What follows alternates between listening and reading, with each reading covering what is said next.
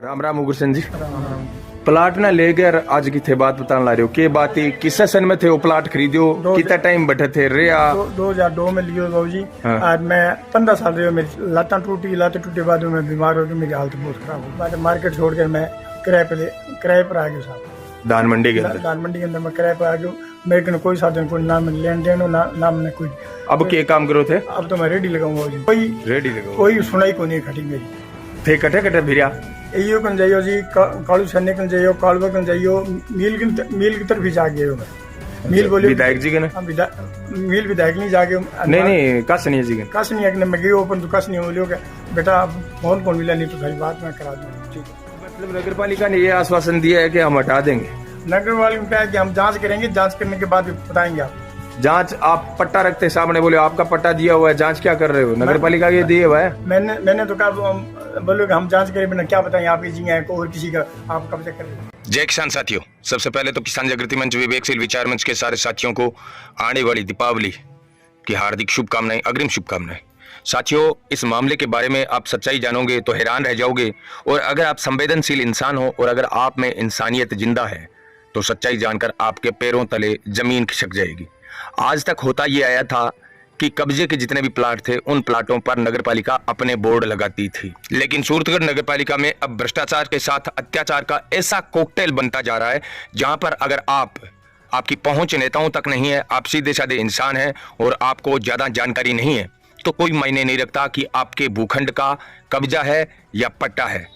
आप अगर इन नेताओं की बात मानोगे तो आप पर मेहरबानी जारी रहेगी, अगर नहीं मानोगे तो सामने देख रहे हो पट्टे शुदा प्लाट पर नगरपालिका खुद का बोर्ड लगाकर चली जाती है और ये कहती है कि इसे ही कहते हैं जिसकी लाठी उसकी भैंस। हमारी सत्ता है, हमारा सूरतगढ़ है, हम कहेंगे तो पत्ता हिलेगा नहीं तो नहीं हिलेगा। ये सामने आपको शख्स दिखाई दे रहा है बेबस, जो धान मंडी के अंदर एक प्रकार से दिव्यांग है। 2015 में इनके पैर के अंदर फ्रैक्चर आया, लात टूट गई, उसके बाद से ये रेडी लगाकर अपना जीवन बसर कर रहे हैं। किराए की दुकान में परिवार सहित रहते हैं, किराए की दुकान में, ध्यान से सुनना, धान मंडी में रह रहे हैं किराए की जगह। और पास में खड़ा हुआ भाई, ये दो भाई हैं, इस उग्रसेन जी के दो लड़के हैं। ये दोनों के दोनों थोड़े से मुझे ये लगता है कि भोले टाइप के लोग हैं, बड़े सीधे साधे लोग हैं। और इनके साथ ये हुआ है कि इनकी लाखों की संपत्ति के ऊपर नगरपालिका बोर्ड लगा देती है कुछ लोगों की बातों में आकर।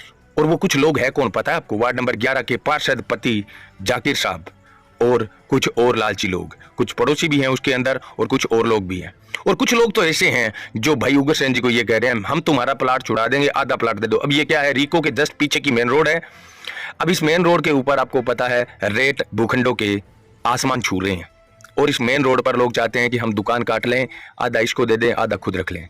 ये खुद इन्होंने स्वीकार किया है। ऐसे ऐसे लोगों के नाम लिए जिनके नाम में अगर बताऊंगा तो मेरी खुद की जुबान है वो इजाजत नहीं देती।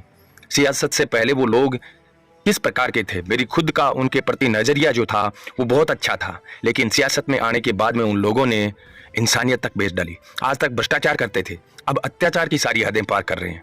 साथियों, किसान जागृति मंच और विवेकशील विचार मंच पर इस प्रकार की सूचनाएं हम आपके साथ इसलिए साझा करते हैं कि हम राजनीति का भी धर्म निभा रहे हैं और हम पत्रकारिता का भी धर्म निभा रहे हैं। जिस देश में पत्रकारिताओं के धड़े बन जाए, एक धड़ा दूसरे धड़े को किसी नाम विशेष से पुकारता है, किसी दल विशेष की चाटुकारिता के लिए पुकारता है, तो यह देश के लिए, उस लोकतंत्र के लिए सबसे बड़ा कलंक है। जिस देश में पत्रकारों पर मानहानि के मुकदमे सिर्फ इस बात के लिए हो जाए कि आपने किसी नेता की आलोचना कर दी, और ये सूरतगढ़ में तो अब आम बात हो चुकी है। पीछे चेयरमैन साहब ने सूरतगढ़ के दो ईमानदार पत्रकारों जिन्होंने चेयरमैन साहब के बारे में कुछ लिख दिया, बोल दिया, तो चेयरमैन साहब को इतनी नागवार वो बात गुजरी कि उन्होंने पत्रकारों के खिलाफ मानहानि के मुकदमे दर्ज करवा दिए। तो ऐसा जहां पर होता है वहां पर आम नागरिकों को पत्रकारिता की भूमिका भी निभानी पड़ेगी और वहां पर आम नागरिकों को जागरूक और जिम्मेदार नेताओं की भूमिका भी निभानी पड़ेगी। और वही काम हम कर रहे हैं, वह काम आपको भी करना चाहिए।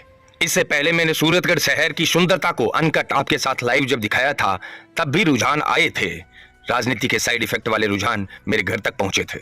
लेकिन साथियों, एक जिम्मेदार जागरूक नागरिक का कर्तव्य वहन करने के दौरान जो समस्याएं आ सकती है उनको हम पहले से चिन्हित करके चलते हैं कि ये समस्याएं आनी ही आनी हैं। इनके लिए हमें दिग्भ्रमित होने की और अपना मार्ग छोड़ने की जरूरत नहीं है। मैं आपसे सिर्फ इतना कहता हूं, अत्याचारों और अन्यायों के खिलाफ आवाज उठा सकते हो तो दुनिया आपको सैल्यूट करेगी। अगर आवाज नहीं उठा सकते हो तो कोई बात नहीं है। जो आवाज उठा रहे हैं उनको सैकड़ों हजारों लोगों तक आप पहुंचा सकते हो। आपके हाथ में है मोबाइल। ये मुद्दा, ये मामला सूरतगढ़ का जरूर है, लेकिन आपके शहर में भी, आपके गांव में भी इसी प्रकार भोले भाले लोगों पर, जो जागरूक नहीं है उन लोगों पर अत्याचार और अन्याय होते होंगे, और बहुत से लोग उन अत्याचारों पर चुपचाप खामोशी से अपना जीवन बसर करते होंगे। हमें खामोश नहीं रहना है। लोकतंत्र और संविधान की खूबसूरती इसी में है कि जहां के लोग जागरूक रहेंगे, जहां के लोग अत्याचारों और अन्यायों के खिलाफ मुखर रहेंगे, वहां पर गरीबों के और भोले भाले लोगों के अधिकार अक्षुण्ण रहेंगे। लेकिन जहां पर पढ़े लिखे कौम चुप रहेगी, खामोश रहेगी, हमें क्या है, हमें क्या लेना। ये आप साइड में पट्टा देख रहे हो, बाकायदा नगरपालिका का जारी किया हुआ पट्टा, और सामने भूखंड देख रहे हो, बाकायदा नगरपालिका का लगाया हुआ बोर्ड कि यह संपत्ति नगरपालिका की है।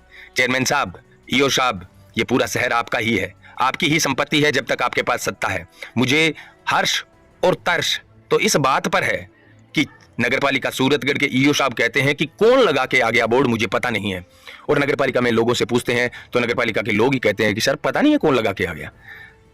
आप खुद सुनिए इनका दर्द, भाई उग्रसेन जी गुप्ता का दर्द, और उसके बाद में आप खुद अंदाजा लगाइए कि सूरतगढ़ में चल क्या रहा है, चल क्या रहा है, ये आप खुद अंदाजा लगाइए। कल को आपके साथ भी यही हो सकता है। अगर आज आपने खामोशी बरती, अगर आज आपकी उंगली शेर पर ना दबी, तो जरूरी नहीं कि यह दर्द आप तक ना पहुंचे, पहुंच सकता है। पहले इनका पूरा वीडियो सुनिए, पहले इनका पूरा दर्द सुनिए, पहले इनकी पूरी पीड़ा सुनिए, और उसके बाद वीडियो अच्छा लगे और लगे कि किसी गरीब की आवाज को मेरे दिल से उठाया है, तो 5-7 दोस्तों को शेयर कर दीजिए। यह वीडियो अगर आप हमारे YouTube चैनल पर देख रहे हैं तो चैनल को सब्सक्राइब करें, और अगर आप फेसबुक पर देख रहे हैं तो हमारे फेसबुक पेज को लाइक और शेयर करें। जय किसान। सुनिए पहले पूरा वीडियो और उसके बाद में तय कीजिए आपका स्टैंड। राम राम उग्रसेन जी। प्लाट ना ले गए आज की थे बात बताने ला रहे हो, के बात ही किस सन में थे वो प्लाट खरीदियो, कितना टाइम बैठे थे रेया? 2002 में लियो बाबू जी। आज मैं 15 साल रहे, मेरी लाता टूटे बाद में बीमार हो गई, मेरी हालत बहुत खराब हो गई। मैं मार्केट छोड़ कर मैं किराए पर आ गया साहब। दान मंडी के अंदर मैं किराए पर आ गया। मेरे को कोई साधन, कोई ना लेन देन, ना मैंने कोई। अब क्या काम करो थे? अब तो मैं रेडी लगाऊंगा जी। रेडी लगाओ? हाँ जी। छोटू पढ़ाई करे? हाँ जी। कौन सी क्लास में? एमए करने लगा रहे हो। 2 भाई हो गए? हाँ, 2 भाई। तो अब वो कितना दिन हो गया वो बोर्ड रुपन? मन्ना तो जी बाबा रामदेव वाला दिन ठा लाग्यो जी, क्या बोर्ड रुपये होते। बाबा रामदेव बोले तो मिंदर देवरो भी दिन 8 ठा। अच्छा, मेलो भी दिन ठा लाग्यो जी। ठीक है। फिर मैं गयो जी, जब मेरी कोई सुनाई को नहीं खटी मेरी। थे कटे फिरिया यो कन जाइयो जी, कालू सन्ने कन जाइयो, कालवा कन जाइयो, मील की तरफ ही जा गयो मैं। मील बोलियो विधायक जी के ना? मील विधायक नहीं जागे। नहीं कसनी जी के कसनी है मैं गयो, अपन तो कसनी बोलियो के बेटा अब फोन कौन मिला, नहीं तो सारी बात मैं करा दूंगा। ठीक है। अब मतलब नगर पालिका ने ये आश्वासन दिया है कि हम हटा देंगे। नगर वाले ने कहा कि हम जांच करेंगे, जांच करने के बाद बताएंगे आपको। जांच आप पट्टा रखते सामने, बोले आपका पट्टा दिया हुआ है, जांच क्या कर रहे हो? नगर पालिका के दिए हुआ है। मैंने तो कहा बोलो हम जांच करें, बिना क्या बताएं आपकी जी है और किसी का आप कब्जा कर रहे हो। अच्छा, ये जांच करोगे आप? जांच करोगे, ये सब ने कहा कि हम जांच करेंगे। और कालू ने कहा मेरे को तो टाइम नहीं है, बार कह रहे हैं टाइम नहीं। कालवा जी कह रहे हैं मेरे को टाइम नहीं है। कालू सैनी जी कह रहे हैं मेरे को टाइम नहीं है। अच्छा, कालू सैनी जी कह रहे हैं मेरे को टाइम नहीं है। मैं तो बार मेरे को कालवा जी बार ये पूछ रहे थे कि अभी किसने लगाया। कालू सैनी की तो इसके मार्फत है जी, इनकी मिली जुली। नहीं, कालवा जी ने या फिर ईओ साहब ने, किसी ने पूछा क्या भी ये बोर्ड किसने लगाया? ईओ साहब ने आज पूछा था। किससे पूछा? वो जो जमीन वाले वो कर रहे हैं ना, सुरेंद्र साहब है, क्या पता, मैं तो जानता हूँ उनका नाम। हाँ। उनसे पूछा, वो बोले मेरे को तो पता नहीं किसने लगाया बोर्ड। अच्छा, ईओ साहब ने उनको पूछा अभी बोर्ड किसने लगाया? हाँ जी। और वो सामने जो आप बता रहे हो किस शाखा पे, आपको पता है कौन बैठे थे सामने? मैं नहीं था। आप साथ में नहीं थे क्या नगर पालिका में जो उस शाखा में बैठे रहते हैं? हाँ, उन्होंने पूछा गया। ईओ ने पूछा, बोले वो हमारे को तो साहब पता नहीं, क्या पता कोई बयान में लगा गया। हाँ। क्या बिना बयान में लगा गया, मेरे को पता नहीं। अच्छा, और ईओ को खुद को भी पता नहीं है और उसको भी पता नहीं था? किसी को भी पता नहीं। कालू सैनी ने क्या बोला? कालू सैनी बोले कि मैं तेरे पास बेला थोड़ी बैठा हूँ, तो मैं आज ही चेक कर हूँ, मेरा टाइम हो गया, मैं चेक कराऊंगा। तो कालू सैनी को ईओ ने पूछा नहीं भी किसने लगा दिया बोर्ड? कालू सैनी ने नहीं पूछा। पास में नहीं था क्या वो उस टाइम? उसने उसको बुलाया गया था, वो बोले साहब हम चेक कर लेंगे, कोई बात नहीं।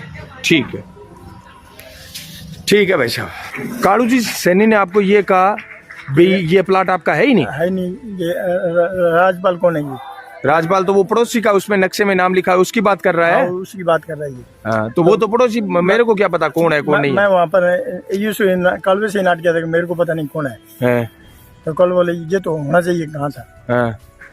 मैं तो मेरे को पता नहीं, मैं तो नाट किया था कहीं से मिल के सामने नाट किया था। ठीक है। बाकी कालू सैनी ने ये कहा आपको भी ये प्लाट तेरा नहीं है? हाँ, तेरा प्लाट कौन है? तुम ही फिर चक्कर काट तुम्हारा। अच्छा, कोई नहीं, चिंता मत करो। अच्छा, आपने इस प्लाट का काम चालू कर दिया था? चालू कर दिया था। और काम चालू करने के बाद में ये जो है विवाद हुआ है पूरा। तो सबसे पहले विवाद किसके साथ हुआ? सबसे पहले मेरा बोर्ड लगा हुआ था, मैं इन कालवे के पास चला गया था। कालवे जी के पास गए? हाँ। उसके बाद कालवे ने कहा कोई बात नहीं, आप काम चालू करो और आपका बोर्ड हटा दिया जाएगा। अच्छा, कालवा जी ने ये कहा आप काम चालू करो? हाँ, आपको बोर्ड हटा दिया जाएगा। ठीक है। और कालू सैनी जी पास में बैठे थे। कालू सैनी पास में बैठा था?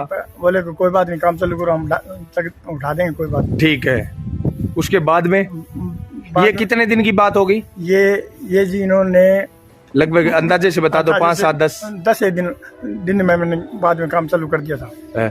और कोई किसी ने धमकी वगैरह भी दी आपको? धमकी तो वो सफाई करने वाले आए थे, उन्होंने जमींदार आए। सामने आ जाओ, आप बता दो कौन आए थे बेटा? जमींदार धर्मेंद्र आया था वाल्मीकि। क्या नाम था? धर्मेंद्र। जमींदार जमादार। क्या बोला? वो कहता चर्चा बंद कर दो, कालू राम से आप लिख के आओ, ऑर्डर लेके आओ। अच्छा, ऐसे बोला था। और कुछ बोला? तो कुछ नहीं बोला। धमकी वगैरह और कुछ दी? नहीं, कुछ नहीं। कि लड़ाई की, झगड़े की? नहीं। और कुछ? वो आदेश लेके आओ। अच्छा, जमादार ये बोला? हाँ, जमींदार। कालू ने आदेश नहीं दिए, कालू बोला मैं जांच करूंगा। कालू बोला मैं जांच करूंगा। तो अभी तक कोई जांच करने के लिए नहीं आया। ठीक है, धन्यवाद।